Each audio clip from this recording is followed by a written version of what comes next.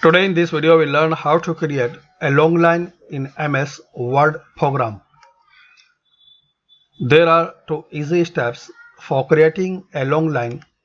One of them is graphic and one of them is text.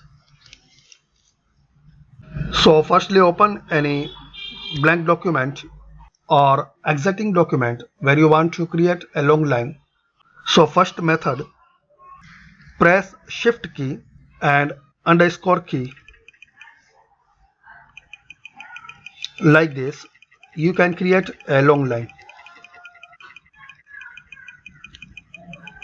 Another method, go to insert, click on shapes and select line shape like this.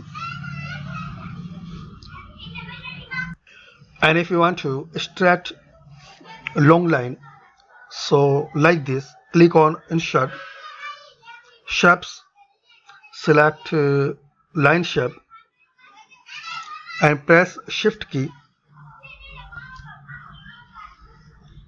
like this.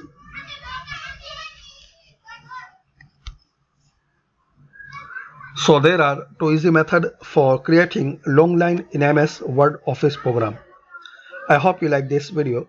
Thanks for watching this video. Please share, like and subscribe this channel.